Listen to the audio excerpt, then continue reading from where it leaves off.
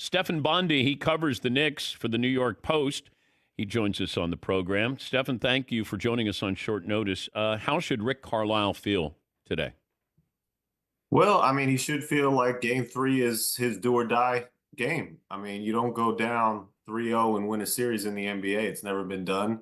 And so I think that's why he came out so forcefully after game two, because, he had a legitimate gripes in game one with, what happened with the officiating and the screen late and the kickball that wasn't really a kickball. But I think in game two, he came out, he got ejected to send a message, and he wanted to send a message to the NBA and the officials that, we're here to fight and, we should get our fair share of calls. So that's how he should feel. He should feel motivated to win game three.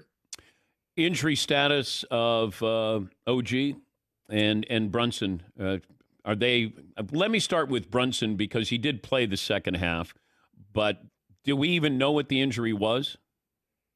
Sore foot. That's all we're getting. And he wasn't very expansive when we talked to him about it after the game. He did say he was feeling good, and he certainly played very well in the fourth quarter. So, I'm going to take his word for it and think he's going to give it a go.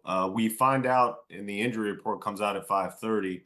Now, OG Anunoby, he came out in the late in the third quarter with the hamstring. It was ruled out pretty quickly for the fourth quarter. So to me, that symbolizes that it's something that's pretty bad in terms of, just feeling the pain in that hamstring right away. We all know, we've covered sports for a long time. Hamstrings are tricky.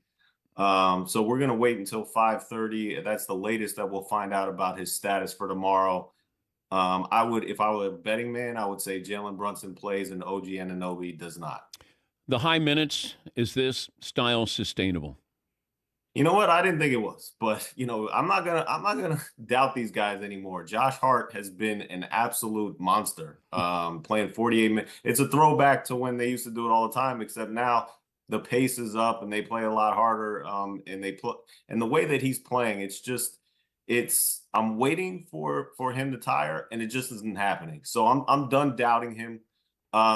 With that being said, I do wonder, with how shorthanded the Knicks are, whether that will eventually catch up with not just Josh Hart, but, the entire team. The Pacers are a very deep team. They play fast, and the Knicks are just severely shorthanded, especially if OG Anunoby isn't playing.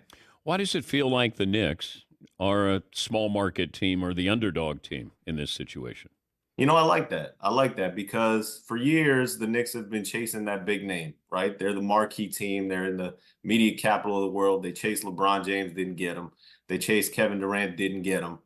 But they're winning now and get this, not one player in their rotation was a lottery pick. Not one.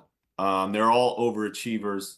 Jalen Brunson epitomizes all that. He was a second-round pick. Everybody doubted him every step of the way, from his size to his lack of athleticism. So I think just the idea that they're all overachievers, I think that plays into the idea that they're a small market team, and they're all likable personalities. It's been fun to cover this team. If I had not seen Jalen Brunson play, but you were going to describe him, how would you give me a sentence or two that you would write and say, now you know what Jalen Brunson's all about? A master footwork, genius as a point guard, in finding ways to create his own shot. I mean, the footwork, I really want to hammer that home because I've never covered a guy who, with that, he's not going to jump out of the gym. He can barely dunk. But for him to find different ways to score, to get in the paint, to bang with these more athletic, bigger bodies and create for himself, it's just been remarkable. I think that is what I'd like to highlight with Jalen Brunson. The other thing is the leadership aspect. That was never doubted. What he's won throughout his whole career. He won in high school. He won at Villanova. He's the kind of personality and the type of leader that you want at the top of the franchise, at the top of the totem pole. So, that was never in question. The question was about his ability, and he's showing that he certainly has that now. It's like if Chris Paul and Luka had a baby, it'd be Right. Jalen Brunson, because he had to learn from Luka of angles, style, getting somebody on your hip, and also Chris Paul's ability to just navigate without having great athleticism. And it just feels like that every single night. Man, it's weird. If you said, I'm going to attach Jalen Brunson to Bernard King, I'd go, wait, well, what's the category? Scoring. I'd go, oh, no. Bernard King was unstoppable. But you're watching Right. Jalen Brunson, and you're going, he's unstoppable in a way that it's confounding. Whereas with Bernard King, it was just like, the dude's going to score. He's a machine. But Jalen Brunson continues to just bring it to you in a variety of ways that is really fascinating. And I brought this up earlier, Stefan, that if you said who's the most valuable player to his team, he's more valuable than any other player to his team this year. And yes, I'm factoring in the playoffs, but Joker's wonderful. Shai Gilgeous. Brunson has been the most valuable player to his team. Not best player, but he's been the most valuable player.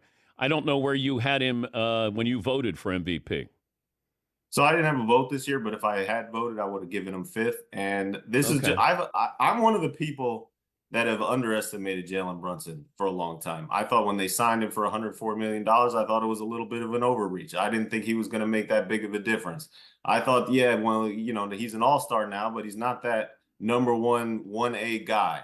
And every step of the way, the guy is just bursting through ceilings, creating new ceilings, and making myself look dumb. And I also now have to think what a baby would look like between Chris Paul and Luka Doncic. So Sorry about that. Sorry. Yeah, enjoy your day. Hey, safe travels to Indy, and thanks for joining us. All right, thank you. That's Stefan Bondy, Knicks beat right. I apologize. I put that visual in his head. He's going to be thinking about that. It's unlikely to happen. He's going to be. It is. But he's going to be looking at Brunson going, God, could you, like Luka and Chris Paul? I'm going to marry their games. They're going to have a child. Their game is going to have a child.